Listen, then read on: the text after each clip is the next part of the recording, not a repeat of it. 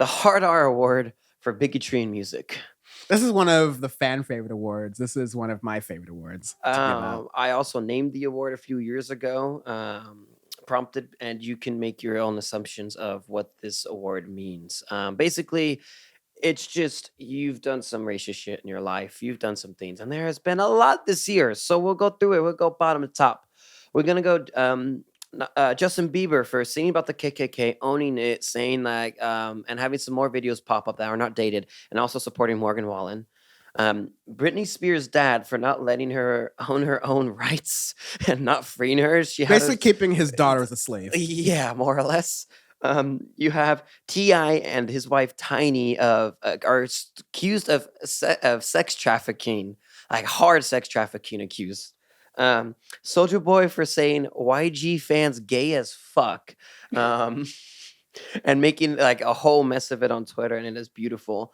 The feds, the federal government for Operation Young Boy Never Free Again. Why?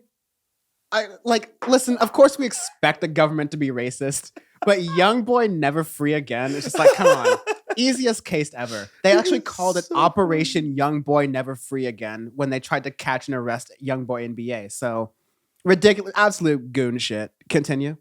Keep going real quick. My drive. There's Nicki Minaj and her husband for their alleged rape cover up that they're doing together because, you know, why not? A couple that rapes together. Allegedly. Whoa, hey man. In a video game. Speaking of, we have Drake Bell for being.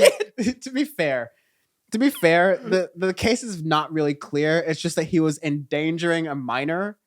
And let's just say that Dan Schneider and Drake and Josh did not create a lot of scenes in the show to make this work out for him well. Also, Dan Schneider is a major creep on the low. DaBaby for making this whole fuss about people being gay at his shows and then doubling down on it and then promising that he ain't no homosexual, he ain't no gay person, he ain't doing no dick sucking in the parking lot, although he knows a lot about dick sucking in the parking lot. Let's go. And then Kid Rock for dropping the F-bomb. You know what the F-bomb is? The hard F. The hard F with the good solid G. Double G.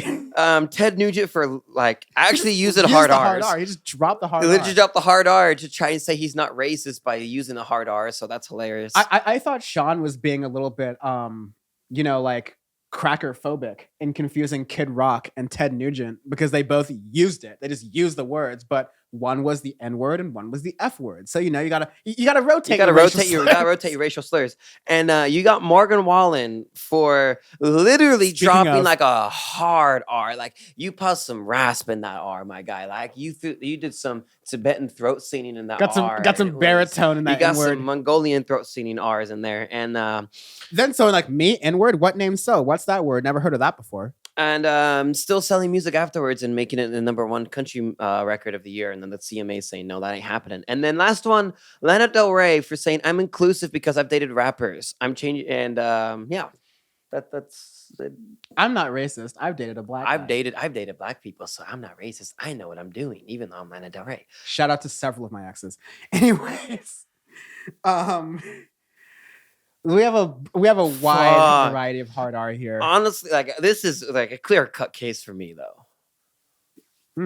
Morgan Wallen, dog. Like a white country dude with a mullet, red hair goes and like uses an R. Like, ooh man, it's got some oomph to it, and just causes a whole stir.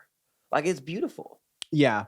There was he had like a whole response. He had that went on like Good Morning America, sat down on that interview and was like, I'm not bad, I'm not racist, I'm gonna throw some community outrage, blah blah blah. But dude, you just like, yeah, it's beautiful. Yeah, it makes me think of that one because there have been black people in country music, right? Mm-hmm. Who talk about how the environment for them is not safe. Like it doesn't feel like they can be appreciated as country music stars, even though they're prolific. They've been putting in the work. They sound really great and phenomenal. But there's just this thing about country music that treats white artists a different way than it treats black artists.